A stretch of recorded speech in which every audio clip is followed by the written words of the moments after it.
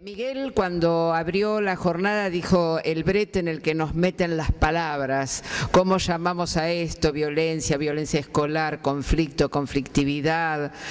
Bueno, hemos escuchado a Estela y a Mabel y a mí me dio mucho gusto que por esas cosas que... los pensamientos que convergen en preocupaciones y en búsquedas, podemos llegar a utilizar palabras clave.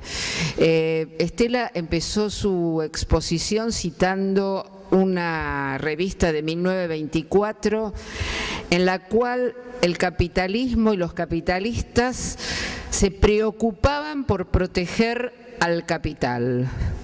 Y cuando Estela dijo eso, miré mi diapositiva y yo, para salirme del brete de la conflictividad y de la violencia, había titulado a esta ponencia Protección Integral de los Derechos de las Niñas, Niños y Adolescentes, que es el título de una ley que también mencionó Estela y que debería ser parte del aprendizaje de todo docente, se haya recibido ayer o se haya recibido hace 40 años, porque tiene muchas claves que van a ayudarnos a pensar nuestra posición adulta, que es lo que también planteaba Mabel hace un ratito.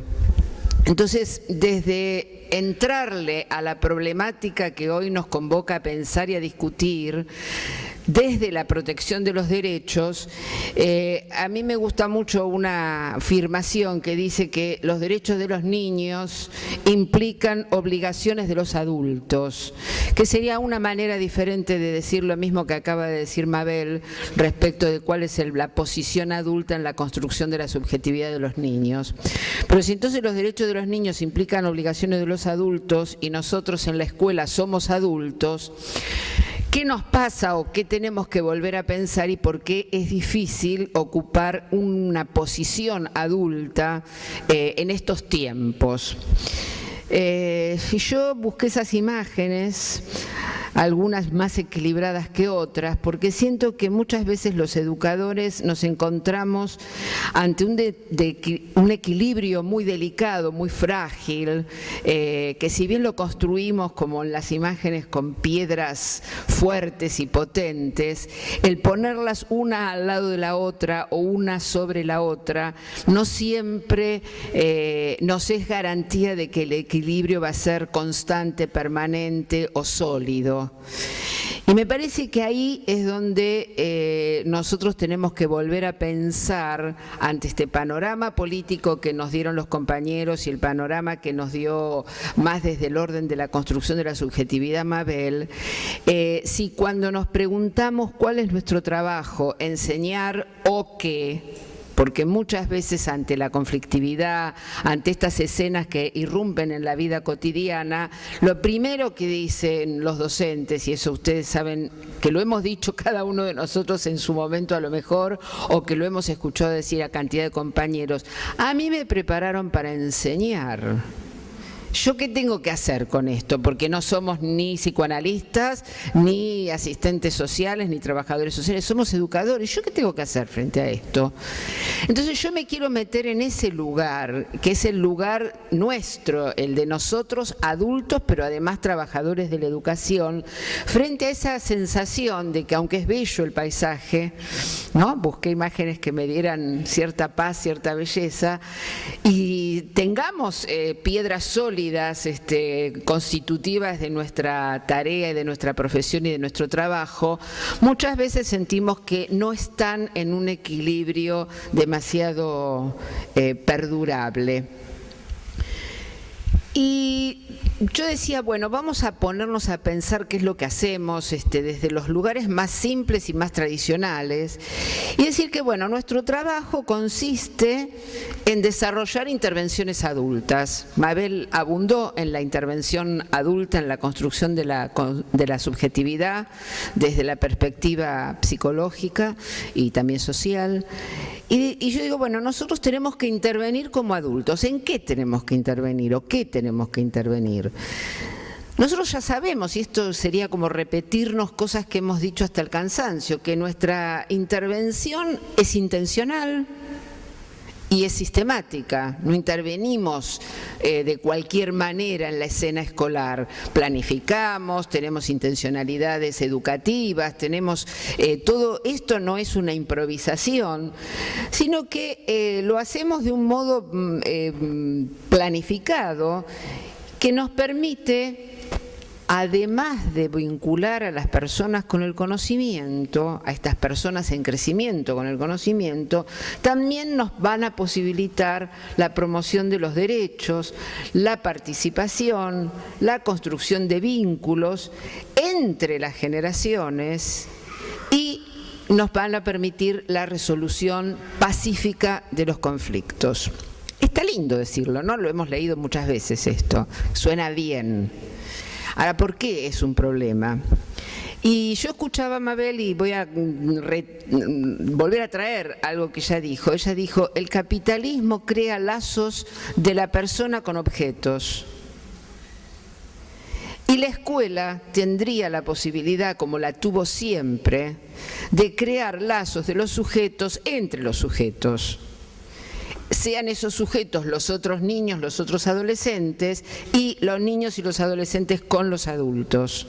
Este sería el escenario privilegiado donde esa tarea planificada, intencional y sistemática que llevamos adelante los trabajadores de la educación en nuestras escuelas tome la conciencia de que es difícil construir participación o es difícil construir, aportar al derecho y hasta es difícil vincular con el conocimiento a los niños y a los jóvenes cuando no nos damos cuenta de que el contexto de afuera nos ha cambiado el escenario porque está privilegiando permanente y sistemáticamente, a la manera del taladro que se mete por todas las vías posibles, está construyendo una subjetividad en la cual se privilegia el vínculo de las personas con los objetos y no el vínculo de las personas entre sí. En la escuela tenemos la maravillosa posibilidad de construir vínculos de las personas entre sí y si estamos atentos a eso, sabiendo que a veces tenemos que remar contra esa corriente cultural capitalista que nos penetra los poros, si estamos conscientes de eso, sabemos cómo tendremos que pararnos frente a todas las oportunidades que ese afuera se mete en el adentro de la escuela.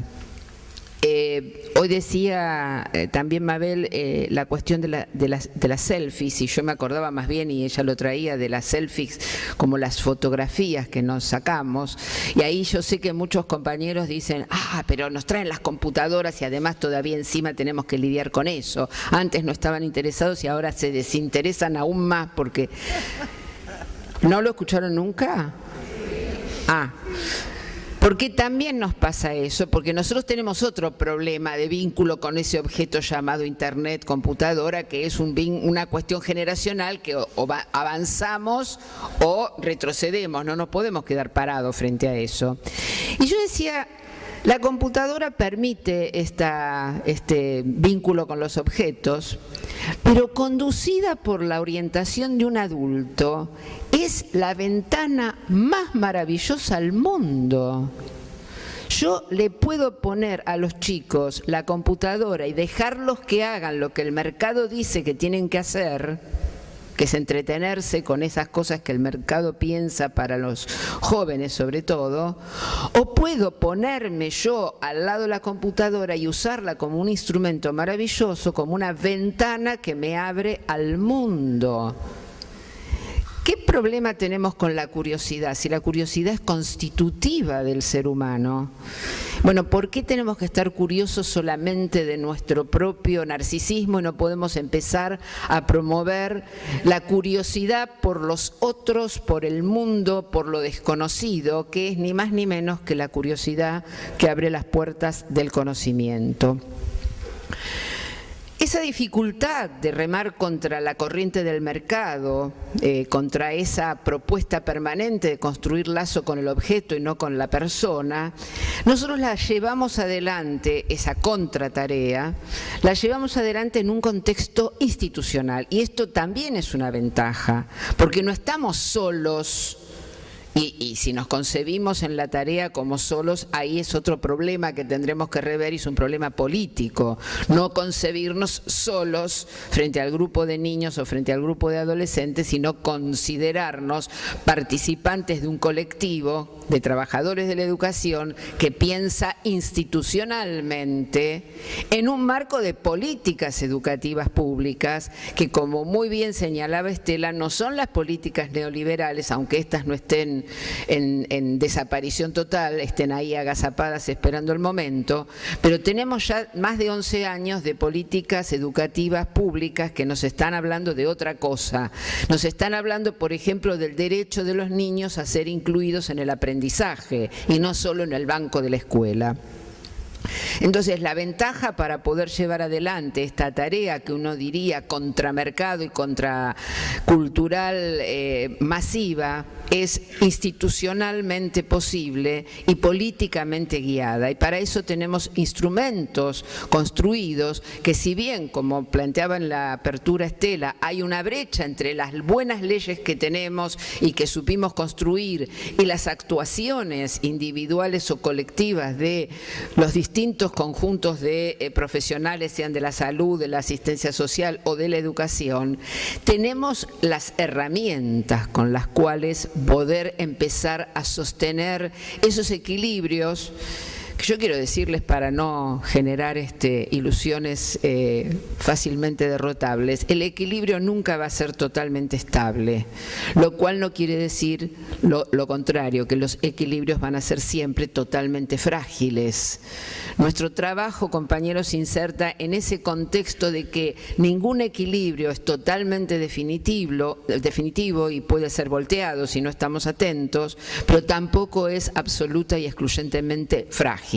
La condición de que nuestro trabajo se inserta en un marco institucional y responde a unas políticas públicas colectivamente construidas tendría que darnos la fuerza para entender que como adultos a cargo de los niños somos posibles de proteger sus derechos. Y por último, vale una aclaración, nuestras intervenciones adultas en el sentido de la protección de los derechos de los niños y niñas y adolescentes son intervenciones eminentemente educativas y tenemos que poderlas diferenciar de las intervenciones adultas de otros agentes o conjuntos de profesionales. No es como la de la familia, no es como la del personal de salud, no es como la del personal de asistencia social, no es como la del personal del área jurídica, pero todas estas intervenciones, la nuestra es eminentemente educativa y en eso tenemos que centrar la energía, en poder seguir siendo buenos docentes, sabiendo en qué contexto estamos trabajando. Y entonces, para seguir siendo buenos docentes, no podemos estar aislados en nuestra isla llamada escuela, sin saber que al lado o a las 7 cuadras o a 25 o en el pueblo de al lado existe un hospital, existe personal de salud, existe un juzgado de menores y en algunos lugares hasta por suerte hay defensores de menores para casos de violentamiento o violación de los derechos de los niños, niñas y adolescentes. Cada uno deciría, mi abuelita, zapatero a tu zapato, pero miremos que los zapatos no se pueden, no es exitoso hacer zapatos si no miramos a la comunidad cómo camina y en dónde camina, así que abramos los ojos a las otras instituciones que nos rodean para poder hacer bien nuestra tarea adulta. Yo decía, bueno, distingamos la tarea de intervención adulta desde el plano educativo de otras intervenciones adultas, pero que creo que hay algo de común que tienen toda intervención de un adulto respecto de un niño, niña o adolescente, es decir, respecto de un ser humano en construcción de su psiquismo y de su subjetividad. Y es que esa intervención adulta, yo encontré esa imagen que me gustó mucho, dice, la imagen no sé si se llega a ver, dice afinando, ¿no? Afinando el cerebro con el corazón. Yo quiero decir que cuando nosotros intervenimos como adultos apoyando y conteniendo a nuestros chicos a través de la enseñanza, a través de la curiosidad que podamos despertar en ellos, estamos permanentemente afinando la letra y la música de una canción que requiere de 2 puntos de sostén ineludibles. Necesitamos sostenerlas con el corazón y con el cerebro. Si no es lo uno o lo otro, no es yo te amo y porque te amo ya está todo bien, o yo te enseño y porque te enseño con la cabeza está todo bien, sino que yo amo enseñarte porque te amo a vos como generación en crecimiento, y eso devuelve siempre un vínculo de los chicos hacia nosotros, un vínculo humano. De esa manera construimos el lazo con el otro. Y si nosotros somos modelos de vinculación, seremos también modelo que modele los vínculos entre pares. Esto no quiere decir que vamos a eludir los conflictos. El conflicto es inherente a la vida humana. Si no hubiera conflicto, no habría construcción humana posible, no habría psiquismo posible. El conflicto es inherente. Ahora, ¿cómo nosotros tramitamos ese conflicto? Bueno, sepamos que en cualquier intervención humana, y en este caso particular, de adultos que están orientando, conteniendo y llevando hacia una tarea a seres que se están construyendo, que están creciendo, que se están constituyendo, lo hacemos desde una melodía y una letra afinada entre el cerebro y el corazón. Por eso yo decía ahí adelante que el trabajo de proteger los derechos de los niños, niñas y adolescentes lo hacemos básicamente a través de, para clasificar de un modo muy amplio, 2 tipos de intervenciones. El primer tipo de intervención es la intervención pedagógica, que si lo miramos desde la perspectiva de la protección de derechos, tiene que ser una intervención preventiva, promotora del cuidado de los derechos, a través de acciones planificadas y regularmente desarrolladas. Hoy Estela decía algunas cuestiones en las que podemos intervenir. Mabel nombraba una serie de actividades que son potentes para ayudar al otro a crecer y a crecer en libertad y con derecho. Y decían ellas, bueno, tenemos todo un currículum. La invitación es a convertir el currículum que tenemos. Ya lo tenemos el currículum, ya está, se llame NAP, se llame Diseño Curricular Provincial. Convirtamos todo ese currículum con el respeto debido al conocimiento producido por el hombre, pero en oportunidades para promover el cuidado al derecho, que es en principio el cuidado al derecho a aprender. Pero también cuando uno, a través de la enseñanza, fortalece la comprensión de las personas en crecimiento a propósito de sí mismas, a propósito de los otros, a propósito del mundo, a propósito de lo que hoy es importante en esta sociedad y aquellas cosas que nos deberían preocupar en nuestra sociedad, está fortaleciendo a la persona. Y un niño que está siendo fortalecido en la escuela, un adolescente que está siendo acompañado en la escuela, es menos vulnerable a los montones de amenazas que tiene. Y si las amenazas ocurrieran dentro del seno familiar, dentro del seno de su comunidad, dentro de la propia comunidad alrededor de la escuela, un joven o un niño que ha sido sostenido por algún adulto o algunos adultos en la escuela tiene mejores posibilidades de reclamar ayuda en el momento en que está siendo vulnerado. Vamos a ver después todas las vulneraciones, pero a mí me parece que es importante decirnos hoy aquí que nuestro trabajo como docentes es un trabajo que está siempre orientado a la protección de los derechos de los niños, niñas y adolescentes. Si nosotros nos damos cuenta, si nos damos cuenta que lo importante no es solo la geografía o el algoritmo que enseñamos, sino qué vínculo establecemos con ese grupo de estudiantes cuando enseñamos el algoritmo y la geografía. No porque yo le vaya a restar valor al algoritmo o a la geografía o a la filosofía o a la historia, sino porque es en esa relación entre el cerebro y el corazón en qué enseñamos, pero también en cómo lo hacemos, y en un cómo no solamente técnico, como nos hicieron creer durante muchos años, que los cómo, las resoluciones eran técnicas, sino que ese cómo también implica ese compromiso humano integral con el otro, que pueda hacer circular el respeto, y voy a seguir citando a mis compañeras, el respeto por el cuerpo de los otros, ¿no? Y cuando uno respeta los límites que le pone el cuerpo de sus estudiantes, es un modelo para poder intervenir con autoridad cuando alguna situación entre pares, el cuerpo de uno quiere avasallar al cuerpo del otro. Esa es la autoridad que construimos. La construimos en el devenir natural de nuestro trabajo, no tenemos que hacer otra cosa, no tenemos que convertirnos en psicólogos. Lo que no podemos hacer es abandonar el campo, porque el territorio sea difícil, no podemos decir, yo con estos chicos no puedo, y que venga el gabinete. Ahí construimos nuestra desautorización. Ahí construimos nuestra desautorización.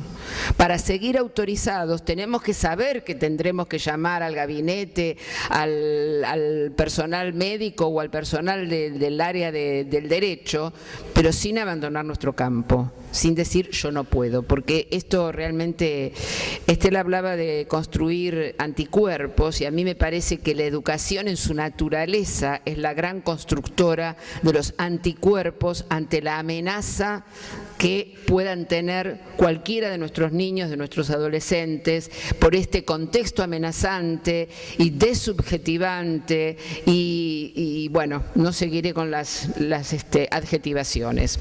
Pero ustedes me van a decir, bueno, pero a ver, ¿por qué hizo Cetera la jornada y habló del conflicto? Es porque hay conflictos, y a veces son conflictos de unos ribetes un poquito complejos y un poquito conmovedores. Entonces, lo que nosotros no podemos dejar de anticipar también es que nuestra tarea habitual, planificada, sistemática, institucional, va a tener situaciones que yo voy a llamar disruptivas. Siempre hay un día y una hora en la que se rompe la armonía esperada. Uno llegó a las 8 de la mañana a la escuela, como todos los días, nada anticipa que va a ocurrir algo inesperado, y ese día ocurre. Bueno, si nosotros creíamos que nunca iba a ocurrir porque teníamos todo planificado en el PEI, ahí primer error.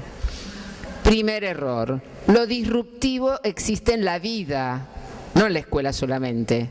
La vida está plagada de episodios que disrumpen la armonía o el equilibrio. Entonces, bueno, la primera cuestión que tendríamos que poner en ese hipotético PEI es planificar cómo nos vamos a mover en las situaciones disruptivas y cómo podemos anticipar qué tipo de disrupción pueden llegar a tener lugar en la escena de la escuela.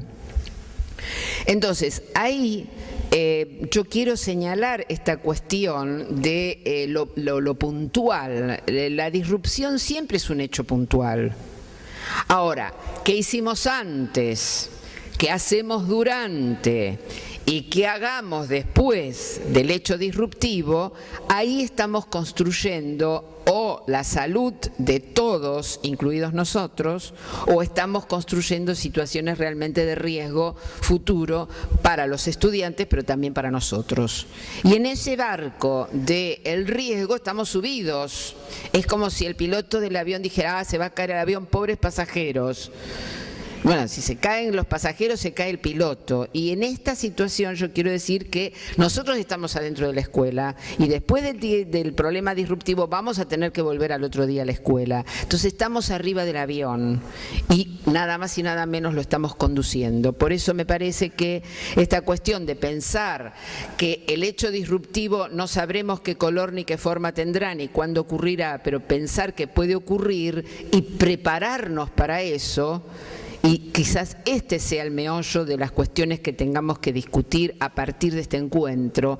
Cómo prepararnos para, qué hacer antes, durante y después, sea la cuestión nodal de cómo vamos a seguir saludablemente enfrentando las conmociones del equilibrio de la vida cotidiana que ocurren y han ocurrido también, porque digamos a veces el hecho de que tengan repercusión mediática, las peleas de los niños hace pensar que es la primera vez que hay trompadas en la escuela, la primera vez que hay cargadas en la escuela, la primera vez que hay hostigamiento. Yo soy bastante vieja y yo me acuerdo por ahí, por género, las niñas nos retraíamos un poco más en mi época, pero puedo acordarme de la cantidad de escenas de violencia, entre comillas, que pasaba mi hermano en la escuela y que todos miraban. Bueno, digo, no es la primera vez, muchachos, así que no creamos que estamos viviendo un tiempo único. En este tiempo en que todo se espectaculariza a través de los medios, indudablemente ha habido, además de las leyes más nodales, acuerdos, búsquedas, y hoy lo señalaba Estela como algo en lo cual también hemos participado los trabajadores, que es un acuerdo federal que se llama Guía de Orientaciones para la Intervención Educativa en Situaciones Complejas relacionadas a la vida escolar. ¿Vieron cuántas palabras que se ponen para no decir ante el conflicto, ante la violencia? Porque hemos discutido mucho las palabras, porque las palabras connotan y marcan. Entonces no queríamos una guía para la violencia escolar como era la sugerencia, tampoco queremos el bullying porque sabemos la concepción que está detrás del bullying. Entonces, bueno, seguramente hoy a la tarde el subsecretario Gabriel Brenner va a tener en cuenta, pero yo quiero hacer algunos comentarios respecto de este protocolo, que invito a que lo lean. Perdón, voy a ir para atrás por ahí si no lo anotaron. Es la resolución, es la resolución 217 del 2014, la pueden buscar en el portal del Ministerio Nacional de Educación. Busquen, la parte resolutiva es muy simple, lo que es sustantivo es el anexo 1, que es el texto de la guía. Yo los invito a que la lean. Más allá de lo que pueda plantear el subsecretario hoy, creo que es bueno saber que esa propuesta parte de este reconocimiento que nosotros compartimos, de que es el derecho, el reconocimiento de los niños y los adolescentes como sujetos de derecho, poniendo por delante ese principio que jurídicamente se llama el interés superior del niño. Que esta guía propone la construcción de vínculos que favorezcan justamente el respeto, la aceptación de las diferencias, la no discriminación, la inclusión, la participación y la resolución pacífica de conflictos. Si ustedes miran todas estas palabras o frases que están dentro de este párrafo, uno podría casi identificar un conjunto de leyes de reciente generación, como la Ley de Educación Sexual, la Ley de Protección Integral de los Derechos de los Niños, la propia Ley Nacional de Educación, que están en la base de que estos principios están enunciados no en una ley, sino en muchas de ellas, y que a veces lamentablemente nuestros compañeros docentes no las conocen y siguen todavía con esa idea de patronato, de la idea de los niños como recluidos para ser cuidados, cuando en realidad son sujetos de derecho. Otros principios que contiene esta guía es un pedido a los docentes que nosotros, por las razones que yo recién decía, aceptamos con responsabilidad, y es contribuir desde el ámbito educativo con otras agencias que se dedican a la protección de los derechos de los niños, y pensar que esta guía ofrece un conjunto de temas que nosotros tendríamos que ver cómo se vinculan con nuestro currículum cotidiano. Es decir, no hacer un currículum de las cosas nefastas y de las amenazas que tienen nuestros niños o podrían tener nuestros niños y adolescentes, sino ver cómo esos problemas se vinculan con situaciones sociales, con situaciones históricas, con situaciones territoriales, y que es en ese contexto que nosotros, enseñando lo que tenemos que enseñar y lo que hemos enseñado siempre, le podamos dar la vuelta de rosca para fortalecer a nuestros niños frente a una serie de amenazas que por supuesto la guía plantea. En lo personal, me hubiera gustado que la guía saliera con el orden que le habíamos pensado originariamente, porque esto tiene una factura de muchos años de discusiones. Y es que empezáramos por cuidar a los niños y no que empezara por el conflicto entre pares. O sea, la guía, ustedes la van a leer, yo los invito a que la lean al revés, de atrás para adelante, porque la guía empieza con las situaciones de conflictos entre pares, entre adultos y niños, entre niños y entre adultos y adultos. Es decir, la guía responde a las inquietudes mediáticas del último tiempo y pusieron por delante lo que en realidad uno debiera decir, eso es lo más ocasional, no es lo que pasa todos los días en la escuela. ¿Por qué no empezamos a leer aquellas cosas que nos sirvan para hacer lo que tenemos que hacer en el cotidiano de la escuela y no que empecemos con una guía que de por sí podría llegar hasta asustarnos? Porque si uno piensa que un conjunto de 24 ministros tienen que aprobar un protocolo frente a la conflictividad entre pares, frente a la conflictividad entre adultos, estaríamos en la selva. Realmente no estamos en la selva, compañeros. Entonces, las razones por las cuales todo el desarrollo de los protocolos y de las orientaciones aparecen por lo más disruptivo y lo más ocasional, tienen que ver con una respuesta a lo que el afuera, el mundo de los medios, el de la interrogada por Miguel opinión pública, que tendríamos que ver de quién es esa opinión, nos obligaron. Yo insisto, empiézanla a leer de atrás para adelante. Yo les decía recién que lo nuestro es enseñar para cuidar y prevenir. Las acciones de enseñanza pueden ser preventivas si las pensamos como tales, si las pensamos institucionalmente, si las pensamos colectivamente y si anticipamos cuáles son las vulneraciones posibles de derecho. Por supuesto que enseñar para cuidar y prevenir requiere una disponibilidad adulta para la intervención temprana y a tiempo. Temprana y a tiempo. Ahora lo vamos a ver, el antes y el después. Requiere también la escucha y el diálogo como instrumentos privilegiados para la educación. Esto lo dijo Estela, esto lo dijo Mabel, esto creo que lo compartimos.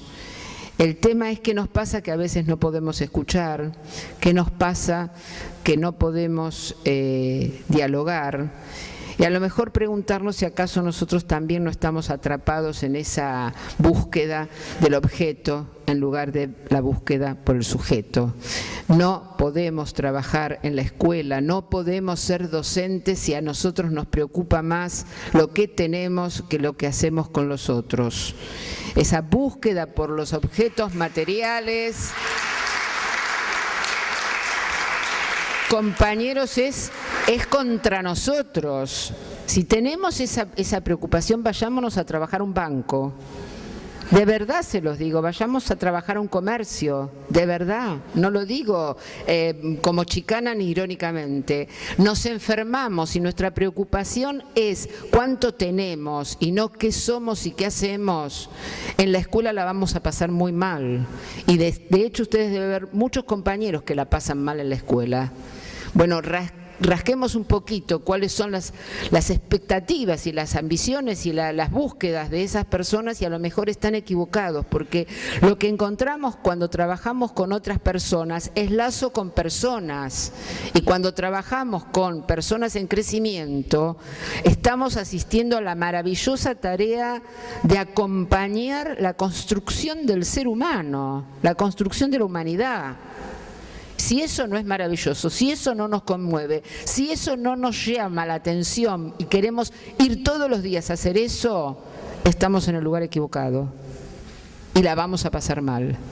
Entonces, si de todas maneras y a pesar de las dificultades y a pesar de lo contracultural que es nuestra tarea, nosotros creemos que acompañar la construcción de la humanidad, y miren qué pretenciosamente lo digo, pero con cada niño que estemos acompañando, con cada adolescente que estemos acompañando, estamos construyendo un ser humano con el respeto y la libertad que le tenemos que dar. Obviamente, no lo estamos modelando a la manera de Dr. Jekyll, ¿no? Eso también, por favor. Y Por supuesto que sin ponernos de acuerdo coincidimos, y yo lo remarqué ahí con un fondo más oscuro, que una de las tareas de enseñar para cuidar y prevenir es saber poner límites con sentido pedagógico, y eso es una forma de cuidado. Y Mabel lo dijo de la misma manera casi, dijo, decirle a alguien que no es también ponerle un límite a esa cuestión que el capitalismo nos hace creer que es imposible determinar, es ilimitado, como dice la propaganda de Claro, ¿no? Todo es ilimitado. Chicos, no es todo ilimitado. Nuestra vida tiene límites, límites temporales, nos vamos a morir. Así que lo ilimitado es solo en la imaginación, no es en los objetos y tampoco es en el tiempo. Entonces guarda, porque estamos atravesados por la penetración de una ilusión de lo ilimitado. Yo tengo amigos conocidos que compran vida eterna pagando prepagas imposibles de sostener, que le venden hotelería. Ahora, los médicos que están adentro de la prepaga son iguales a los del hospital. Y esas personas compran lo ilimitado de la salud. Bueno, no, miren, es limitada. Cuidémosla por eso, cuidémosla. Entonces digo, poner límites con sentido pedagógico es una forma de cuidado, y es la forma que históricamente en la escuela hemos construido nuestro vínculo con los grupos de nuestros alumnos. No estoy diciendo nada que sea nuevo, esto no es nuevo, hay que acordarnos que hay que hacerlo, nada más. Acá me pone el límite de los 5 minutos y agradezco a Miguel, gracias.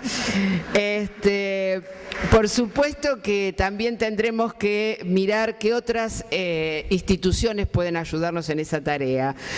La guía plantea un antes, un durante y un después, y a mí hay algunas cosas que me gustaron mucho y por eso las destaqué y las traigo acá. Una de las preguntas para prepararnos ante las escenas disruptivas sería preguntarnos en qué condiciones algunos estudiantes pasan a ser objeto de agresión o otros estudiantes pasan a ser agresores de sus pares. Es una buena pregunta, porque nosotros muchas veces nos damos cuenta de que hay un clima, ¿no? ¿Hacemos algo frente a esa detección, a veces intuitiva, a veces no? Es auditiva, porque escuchamos cómo se están insultando en el fondo del aula o en el recreo. ¿Qué hacemos cuando vemos que hay un potencial chico que va a entrar en zona de ser agredido y un potencial chico que va a entrar en zona de ser agresor? ¿Hacemos algo? Bueno, miren, los conflictos muchas veces se dan o se concreta un conflicto violento porque se suprimió o se negó que existía un conflicto, porque no se la posibilidad que tienen los estudiantes, no se fortaleció la autoestima de los estudiantes. Si nosotros sabemos que hay un chico en condiciones de ser tomado de punto, como dirían los chicos, a este lo tomamos de punto y se la damos y se la damos. Si nosotros sabemos que hay un niño o un grupo de niños que son tomados de punto por otros, ¿hacemos algo para fortalecer la autoestima de los posibles agredidos? ¿O miramos para otro lado? Otra fuente diferente de conflictividad es proponerle cosas que no tienen sentido a los chicos. A ver, lo voy a decir en porteño básico. Cuando la gente se aburre, empieza a ver con qué entretenerse. Y si no tiene algo con qué jugar, empieza a jugar con el otro, y a veces de un juego inocente terminamos en un conflicto. Entonces, cuando nosotros no podemos darle sentido a nuestra tarea, estamos en zona de riesgo. Finalmente, cuando no intervenimos y el conflicto está empezando a suceder, el conflicto se va a desarrollar inevitablemente. Entonces, tener en cuenta estas cuestiones antes del conflicto sería preguntarse qué condiciones se brindan para que los alumnos y alumnas puedan ser reconocidos en su singularidad por los adultos, pero también si los adultos los reconocen, van a poder empezar a ser reconocidos por sus pares. ¿Qué dispositivos favorecen la inclusión de alumnos y alumnas? ¿Qué ponemos en juego en la escuela cada vez que hay este tipo de problema de que unos son excluidos del grupo mayoritario o del grupo más prestigioso? Porque los chicos tienen las dinámicas que tenemos las sociedades. Hay grupos de alumnos prestigiosos, grupos de alumnos revoltosos, grupos de alumnos tontos, entre comillas. Nosotros eso sabemos que es una dinámica imposible de evitar, pero tenemos que intervenir diciendo acá hay una tarea que es para todos y todos tienen la misma posibilidad. No les voy a dar clase a ustedes de lo que ya saben que hay que hacer. Recordémoslo a los compañeros que sufren cuando no saben manejar los grupos. Y leamos la guía porque ahí nos va a ayudar bastante. Y por otro lado sabemos que hay escenas significativas que deben ser atendidas, incluyendo estrategias de intervención inteligentes, pedagógicas, preventivas, de cuidado. Yo no quiero ir sobre el tiempo del almuerzo porque sé que hay mucha paciencia de parte de ustedes, pero una cosa que sí quiero compartir y que la plantea la guía, y es que durante un conflicto tenemos que preguntarnos, porque en el conflicto, en el momento del conflicto, toda la adrenalina y toda la emocionalidad también nos invade a nosotros. Y ahí tenemos que controlar nuestro cerebro, ¿no? Afinarlo con el corazón, ¿no? Y ahí preguntarnos si nuestro cerebro cree que el conflicto se produce porque hay un niño que tiene características de victimario y hay otros niños que tienen características de víctimas, como si estos fueran características inherentes a las personas, porque si pensamos así no vamos a poder intervenir. Si pensamos así, solo la policía, las fuerzas de seguridad pueden intervenir. Si en cambio nosotros pensamos que hay una situación de estigmatización, tanto de los unos como de los otros, y que lo que la escuela tiene que hacer es trabajar sobre la no estigmatización, correr a los chicos de sus propias estigmatizaciones, porque a veces, y esto quienes trabajan en zonas de barrio vulnerable, de comunidad vulnerable, saben que una manera de sobrevivir en una villa es haciéndose el bravo. Entonces ese niño o ese adolescente porta esa identidad porque es lo que le permite vivir en el barrio. Pero la escuela le tiene que dar la posibilidad de que en la escuela no tiene las mismas amenazas que puede llegar a tener en el afuera, que hay adultos que cuidan ese vínculo y que él ahí adentro no necesita ser el guapo para sobrevivir. Esta es la intervención de la escuela y esta es la gran oportunidad que la escuela le puede dar a los niños que viven permanentemente amenazados en el afuera de la escuela, a que sus derechos sean vulnerados hasta que su vida sea vulnerada. Entonces digo, no puedo dejar, y disculpen, pero quienes la conocen, no puedo dejar de recordar a Norma Colombato, gran directora de la Ciudad de Buenos Aires, ya fallecida, que ella construyó el armero y ella entendía que los chicos tenían que andar con armas en el lugar donde vivían, pero les decía, miren, yo me pongo de garantía de que acá la policía no entra a buscarlos, entonces ustedes dejan el arma acá y a clase se entra sin arma. Ese es el cuidado, simbólica y realmente. Norma lo hacía realmente porque trabajaba con una comunidad de jóvenes que iban armados todo el día para sobrevivir en su barrio, pero le generaba una condición diferente en la escuela porque había otros adultos que los cuidaban. Bueno, lo que quiero decir también es que después del conflicto hay que trabajar y que las respuestas a un conflicto son sí y solo sí construidas de manera colectiva. No juguemos a los héroes porque nos va a ir mal. Nos puede ir bien una vez, pero nos va a ir mal en el resto de las veces.